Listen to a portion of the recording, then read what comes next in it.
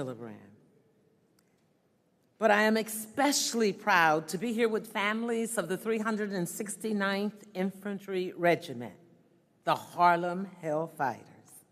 Your presence reminds us that this is not only history, this is family, this is legacy. This is sacrifice written in black blood, sweat, and tears, passed from one generation to the next. And as an Ohioan and Chair Emerita of the Congressional Black Caucus, I was proud to join my friend and colleague, the Congressman from New York, Tom Suozzi, joined with the Congressman from Harlem, as he would say, Congressman Adriana Espaillat, to introduce the Harlem Hellfighters Congressional Gold Medal Act of the 117th Congress, and that President Biden signed into law on August 25th, 2021. And I am proud that Ohioans were among the many who served and sacrificed with the Harlem Hellfighters. Tom, thank you. Thank you for your vision and your courage, because today's honor is another step towards justice and telling America the story of Black men who fought for democracy abroad while being denied democracy at home. The Harlem Hellfighters wore the uniform of a nation that segregated them, yet still they fought with unmatched valor and unshakable courage. Fighting under French command, they spent 191 days on the front line, never lost a man to capture, never gave up an inch of ground. The Germans named them the Hellfighters for their relentless spirit. The French decorated them with the Croix de Guerre. But in America, they returned to racism and often to second-class citizenship, to a silence that lasted too long.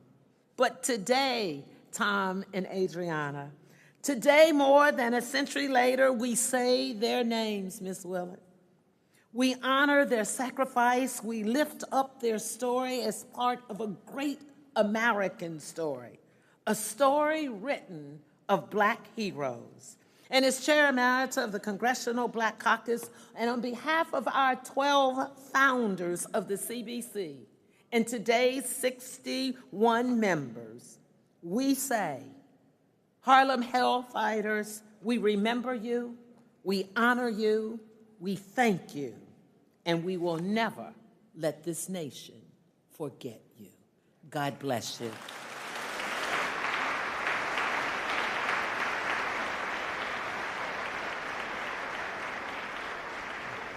Ladies and gentlemen, the Honorable Kirsten Gillibrand, United States Senator from New York.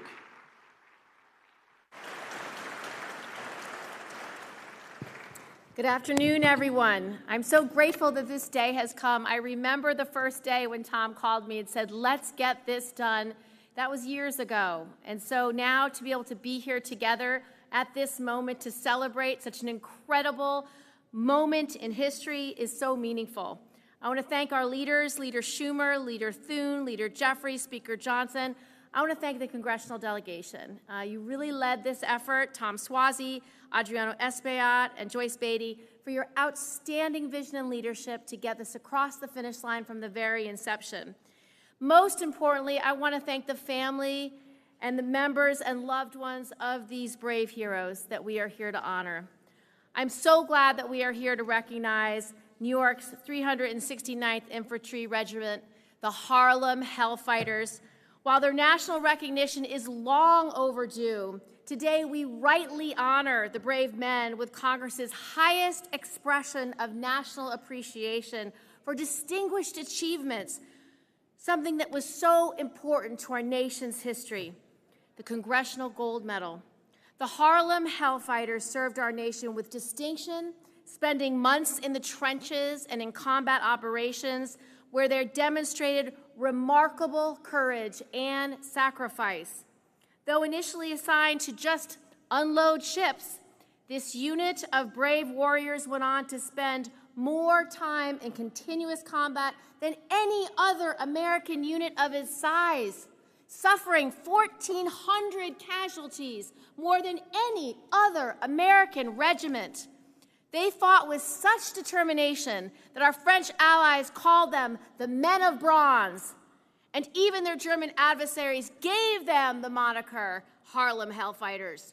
Never losing a position, these men fought fiercely to defend American freedoms and values overseas, and they did so even as they faced segregation and prejudice here at home.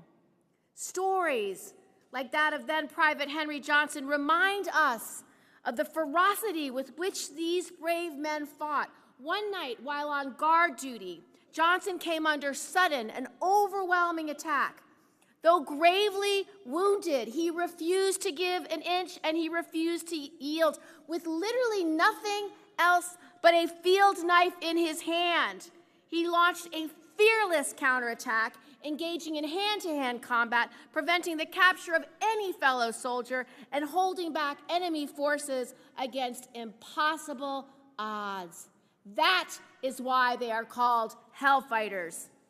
The discrimination these men faced before deployment and after returning home cannot be outdone with this award. Still, the Congressional Gold Medal offers us a chance today to honor the bravery they showed and the sacrifices they made in service of our national values, values that they are still very much striving, all of us living up to today. I was proud to lead this in the Senate. I was proud to work with my colleagues. I'm most proud that these men and women came from our great state, Harlem. And I'm so grateful that we are all here to celebrate their extraordinary bravery. Thank you.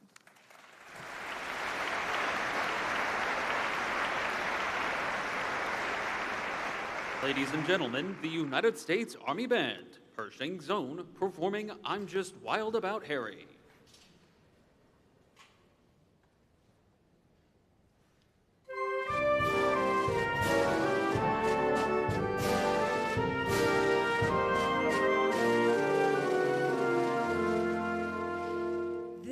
Just one fellow for me in this world. Harry's his name, that's what I claim. Why, for every fellow there must be a girl. I found my mate by kindness and fame. I'm just wild about Harry, and Harry's wild about me.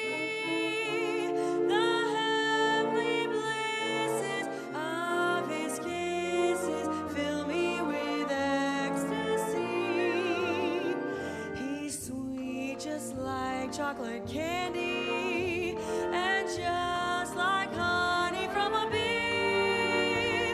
Oh, I'm just wild about Harry, and he's just wild about. Cannot do without. He's just wild about me. Oh,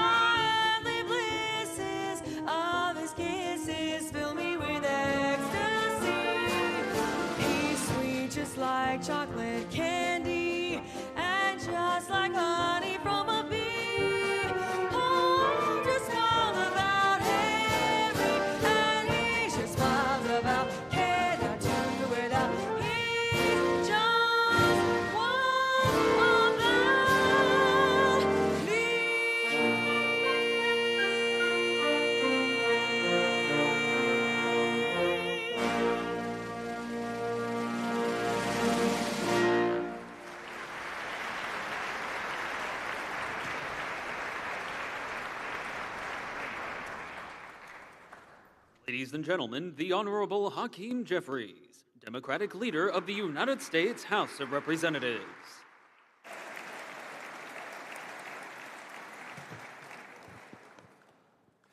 Speaker Johnson, Leader Schumer, Senator Gillibrand, to Representatives Swazi, Beatty, and Espaillat, who championed this effort, members of the Cabinet, Secretary Hegseth, members of the administration, distinguished guests, families, and all those assembled. It's a high honor and a distinct privilege on behalf of the House Democratic Caucus to deliver a few words as we celebrate the heroic Harlem Hellfighters. Black troops have fought valiantly in every war undertaken by this nation, beginning with the American Revolution. But the Harlem Hellfighters were one of a kind. They were brave, bold, and beguiling patriots who loved America even when America didn't show the same love to them. The Harlem Hellfighters trained for combat, but when it was time to deploy, they were not allowed to march in the farewell parade because of the color of their skin, but they still loved America. These soldiers were sent across the Atlantic to unload ships, supply troops, and dig trenches. Unglamorous, dangerous, yet important work. It was not until the French army badly needed reinforcements that General Pershing decided the Hellfighters could finally see combat. But with the French army, not alongside American troops. Yet they still loved America. They were even denied the use of American weapons.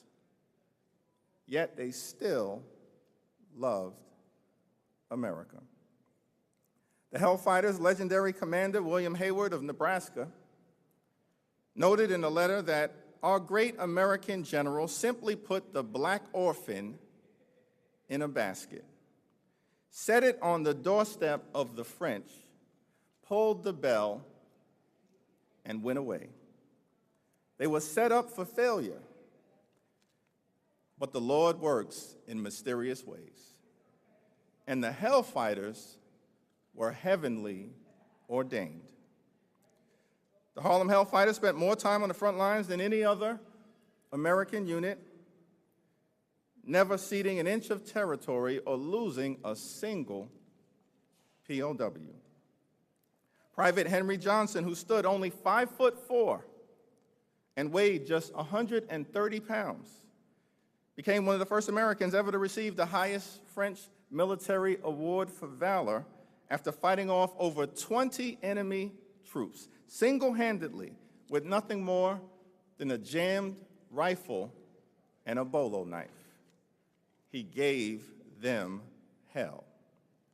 When recounting his service, Private Melville Miller of the Harlem Hellfighters said, "Every man felt he was in the best squad, in the best regiment of the whole dang United States Army."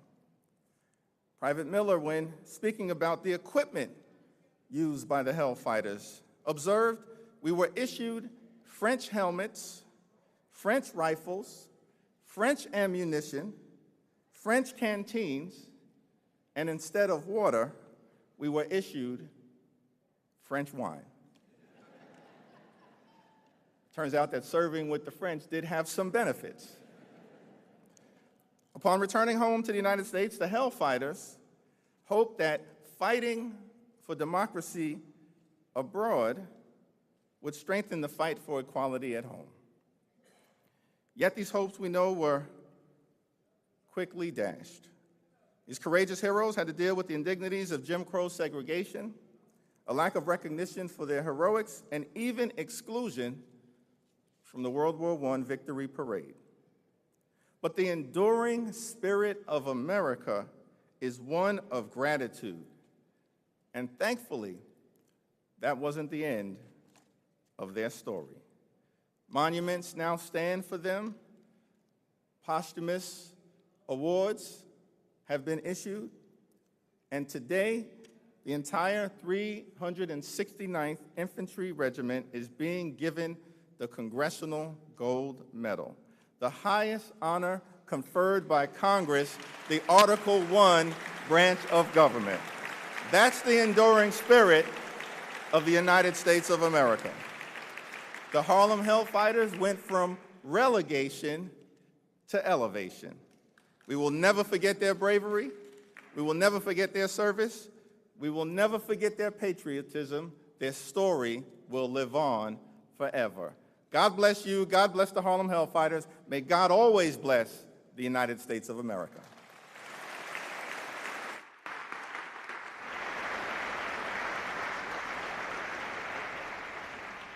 Ladies and gentlemen, the Honorable Charles E. Schumer, Democratic Leader of the United States Senate.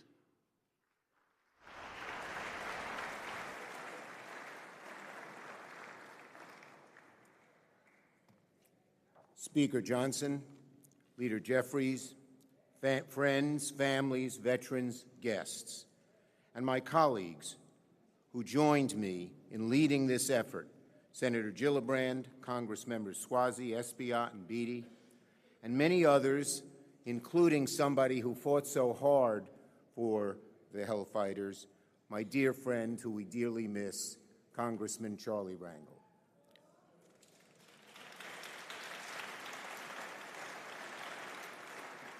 I stand here today not just as the Senate Democratic leader, but as the senior senator from New York, home to one of the finest groups of fighters our nation has ever seen, the 369th, the great Harlem Hellfighters. Today, with this medal, we deliver justice long denied, recognition long overdue for the Harlem Hellfighters. By now, we all know the story of these brave Hellfighters. We know about the racism they faced in the segregated military and at home in America.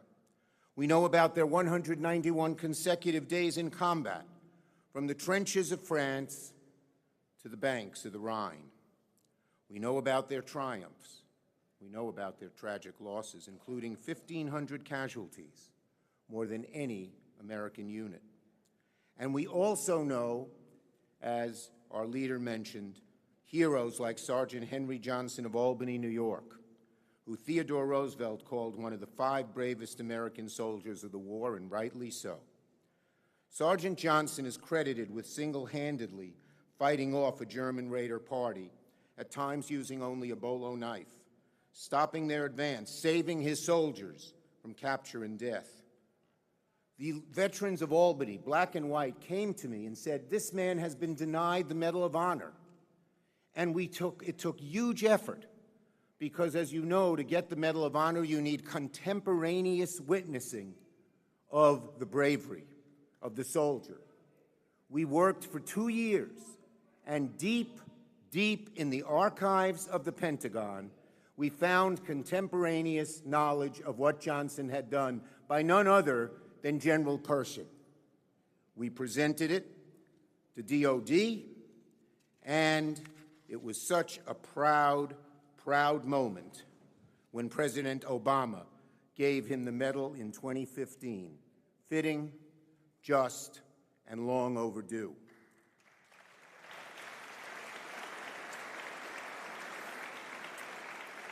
I was also proud when it was announced that they would be renaming Fort Polk to Fort Johnson in his honor.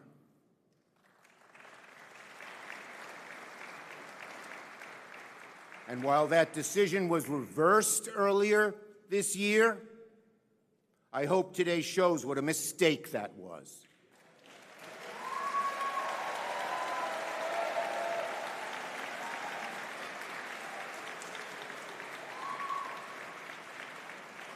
And why a base deserves to bear the name of one of Harlem Hellfighters' finest.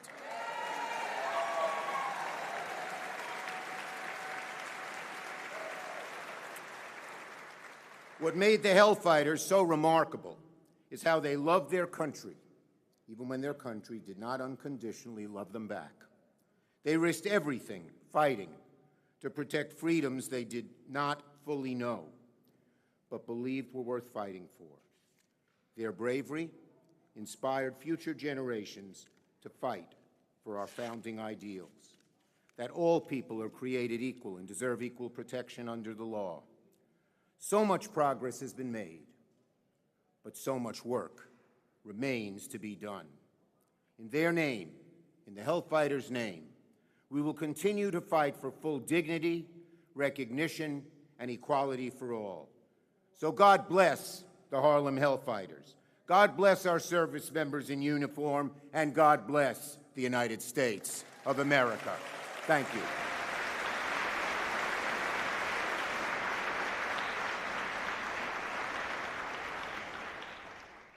Ladies and gentlemen, the Honorable Mike Johnson, Speaker of the United States House of Representatives.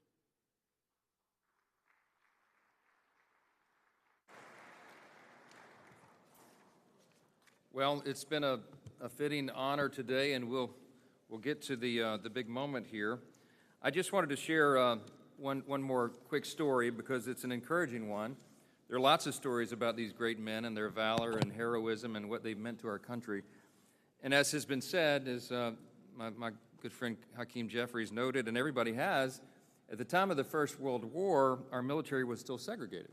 You had black soldiers were most often assigned to labor battalions. They would be ordered to dig ditches instead of seeing combat. But among those determined to right this wrong was the man who was named earlier, Colonel William Hayward. He was the officer instrumental in organizing, recruiting, and training the Harlem Hellfighters. He believed in these men. And there's a story I just wanted to share briefly before we hand out the medal. It was the spring of 1917, as America mobilized for war. There was a military parade held in the streets of Harlem to rally potential recruits.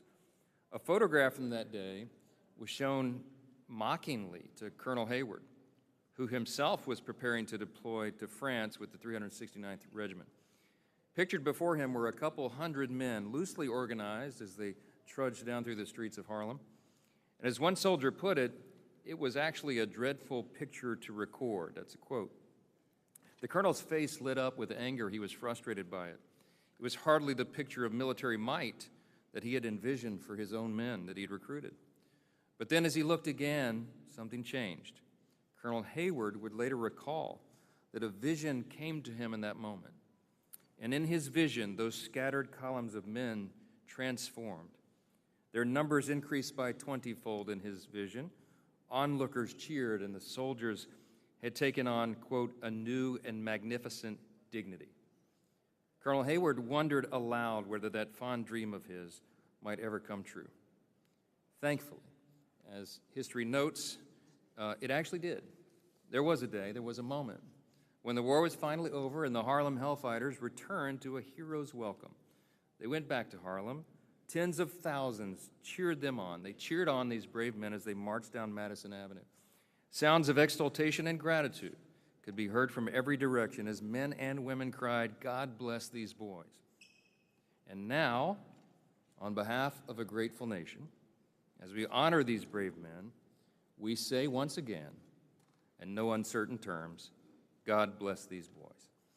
May God bless the fallen of all of our wars, our veterans, their families, and all those who still serve today and following that great legacy.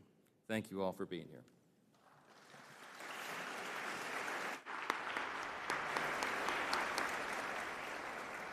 At this point, we're going to hand out the medal, the moment we've all been waiting for. So at this point, I would like to invite our program participants to come on up. There'll be some on the stage and some down below because there's a lot. And we'll include as well Colonel Linehan, Colonel Salter, Dr. Harris, and Ms. Willett. You all come up on the stage, if you will, to accept the medal on behalf of all the members of the Harlem Hellfighters.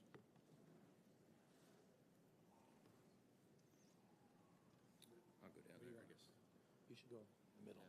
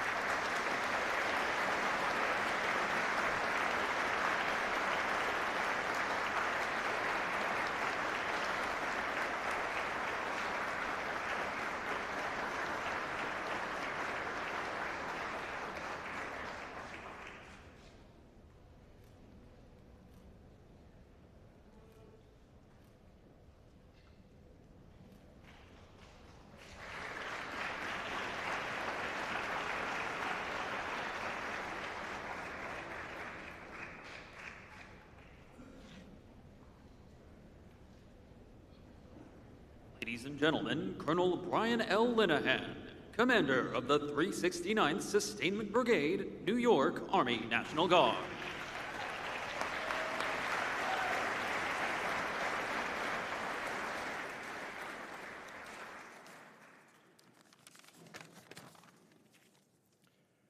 Good afternoon, distinguished guests, Speaker Johnson, Secretary of Defense Hegseth, honorable members of the House and Senate, senior military leaders, French military representatives, Hellfighter descendants, and fellow Hellfighters. It is humbling to be in the presence of descendants of our famed World War I heroes, alongside so many distinguished people and organizations for whom the Hellfighter story means so much. The Harlem Hellfighters' bravery, courage, and resilience in World War I sets an example for the current generation of soldiers to follow. At our armory in Harlem, New York, we endeavor to honor, preserve, and promote their incredible legacy. People hear about the 191 days of frontline combat during World War I more than any other American regiment, never losing an inch of ground or a man to capture, being the first American unit to cross the Rhine into Germany, and the stories of Sergeant Henry Johnson and Lieutenants George Robb and James Reese Europe. But there were almost 4,000 men who served in the regiment during the war.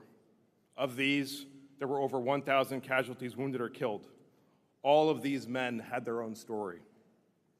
Today's Hellfighters honor all of these men to preserve their legacy and example.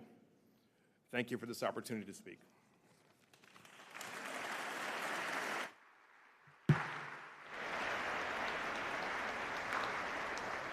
Ladies and gentlemen, Miss Deborah Willett, granddaughter of Harlem Hellfighters, Sergeant Leander Willett.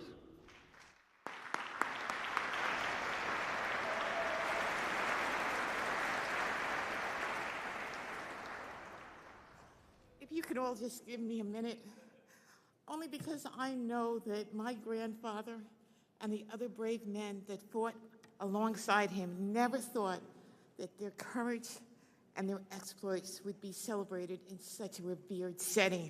And I thank all of you for giving them this honor. You know, they sacrificed, and they thought that they were making a difference. And today proves that they did.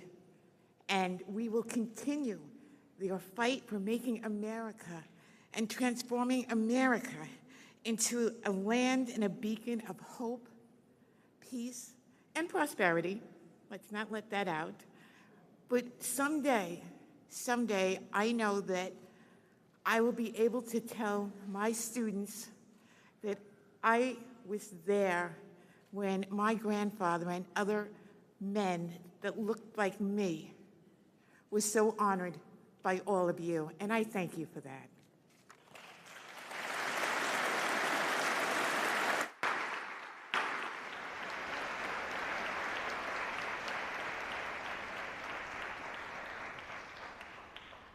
Ladies and gentlemen, Dr. Richard C. Harris, co-chair of the Harlem Hellfighters Recognition Committee and liaison for the Harlem Hellfighters Congressional Gold Medal Act.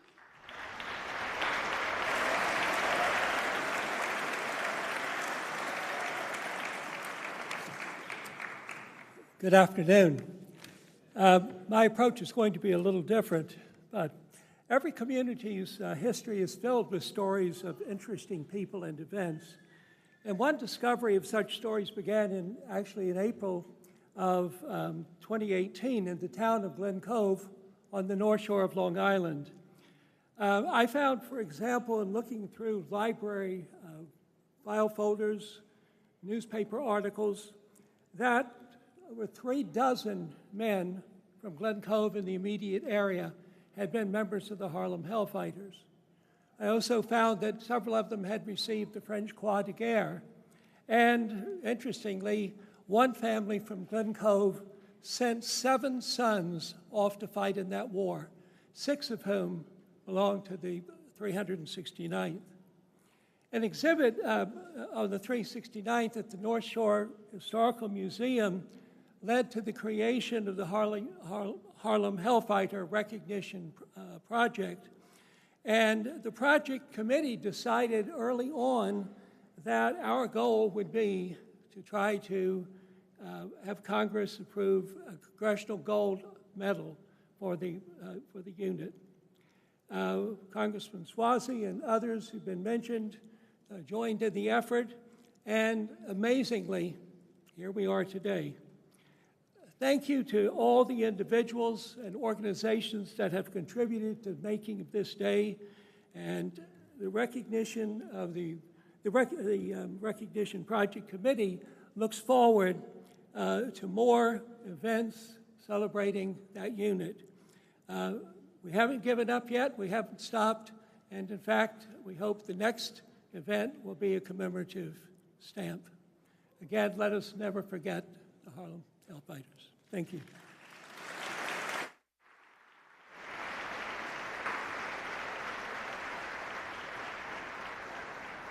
Ladies and gentlemen, the Honorable Pete Hegseth, Secretary of Defense.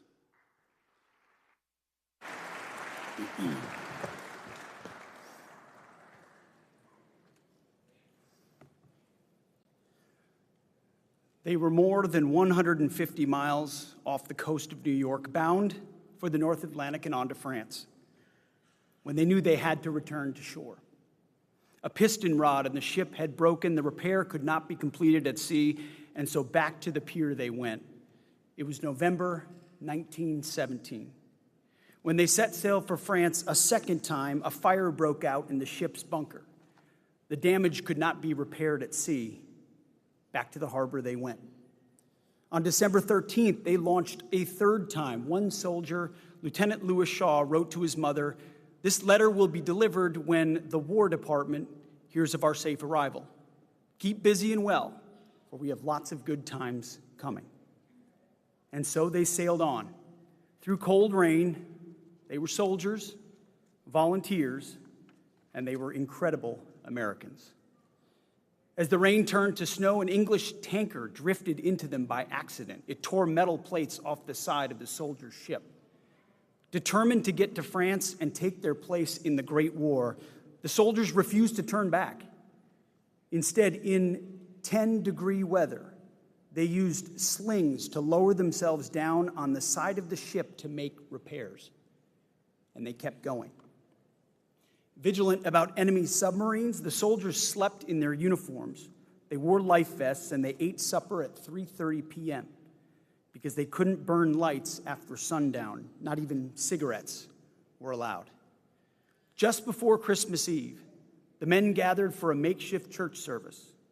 As they sang hymns, the verses from Onward, Christian Soldiers echoed through the ship. Hell's foundations quiver at the shout of praise. Brothers, lift your voices, loud your anthems raise. On Christmas, 7 Allied destroyers met the ship to escort the soldiers to France. They arrived on New Year's Day, 1918. As is noted, fighting under French command, they wore the horizon blue helmets of the French army. But these men were exceptional Americans. They sewed badges on their olive-colored uniforms. On each one was the image of the rattlesnake, the 369th Infantry Regiment. During the American Revolution, it was Benjamin Franklin who said that the rattlesnake captured the temper and conduct of this new republic. She never wounds till she has generously given notice, even to her enemy, and cautioned him against the damage of treading on her, he said. And so the soldiers were named the Rattlers. Through valleys and over ridges filled with gas and smoke, they forged ahead. They faced the enemy head on. They faced him at point-blank range. They faced him amid bullets and shells raining down. They were exceptional Americans, so they pushed on. "I thought their shells had messed us up a good deal," Sergeant Robert Collins said about one of the enemy's attempts. "But man, you should have seen what we'd done to them. When our machine guns got through with them, they looked like a bunch of Swiss cheese." Of such men, Captain William Hayward observed, the first thing I knew was there was nothing between the German army and Paris except my regiment, But that was fair enough, because there was nothing between us and Berlin except the German army. One German admitted, "We can't hold up against these men. They smile when they kill, and they will not be taken alive." The enemy grew so frustrated and frightened of these American warfighters that their high command offered a reward of 400 marks to any German who captured one of them alive. They never succeeded. Not one. And if you understand World War I, you understand how incredible that is. One night when it looked as if the enemy had cornered a few of those American soldiers, they could do nothing but surrender, they thought, and become prisoners of war. Sergeant William Butler of Maryland charged out of his trench. He shouted and fired his rifle as he rushed the enemy. He killed 4 of their men. The Americans escaped. Warriors all. "Soldier routs 20 Germans" was the headline in the New York papers. "I guess I just ran amok," Butler said. In 1919, more than 250,000 Americans turned out to cheer the soldiers' homecoming in the streets of New York. They had served nearly 200 days in continuous combat. Think about that. 6 months in some of the most ferocious fighting you can imagine, did not give an inch.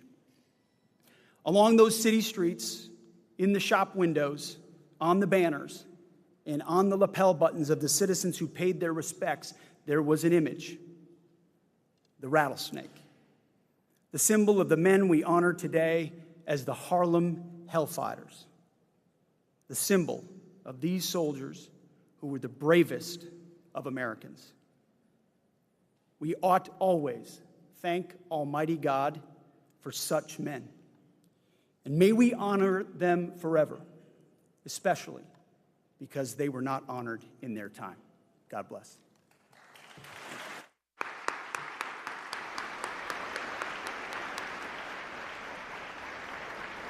Ladies and gentlemen, the 369th Experience, performing Darktown Strutter's Ball.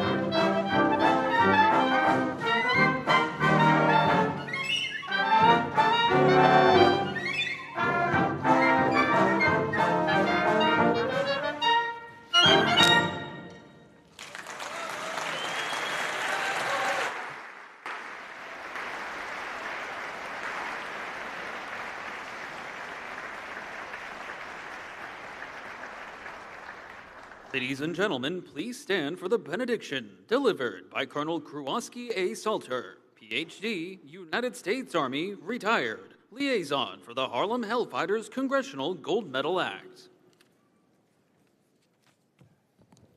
Speaker of the House, honorable elected officials, Secretary of Defense, Chairman of the Joint Chiefs of Staff, the families of the Harlem Hellfighters, and all present here, let us pray.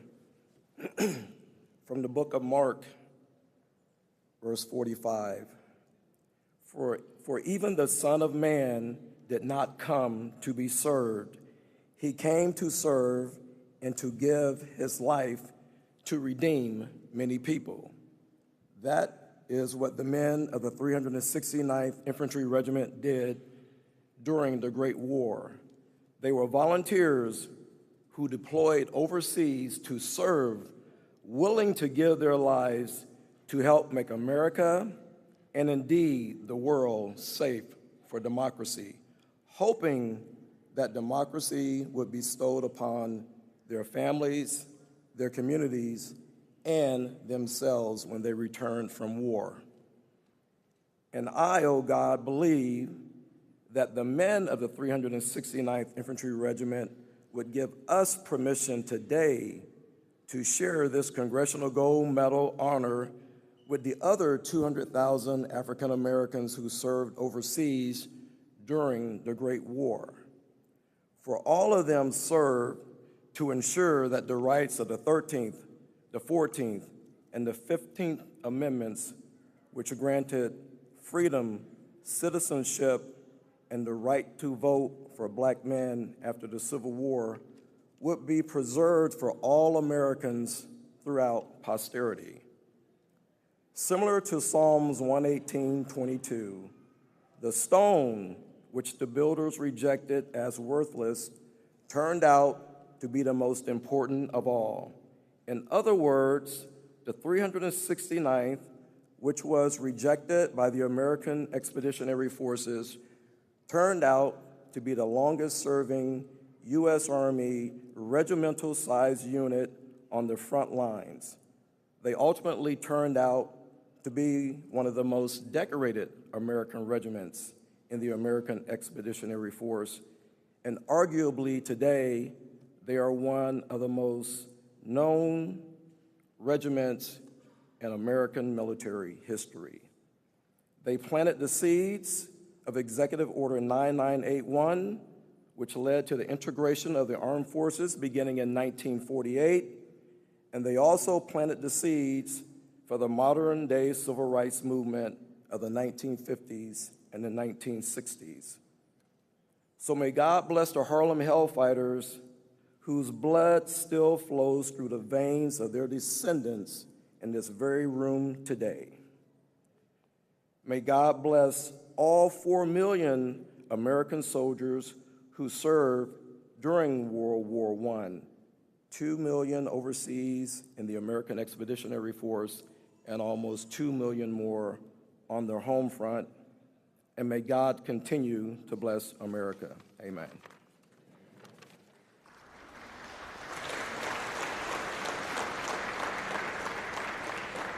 Ladies and gentlemen, this concludes today's ceremony. Thank you for joining us today.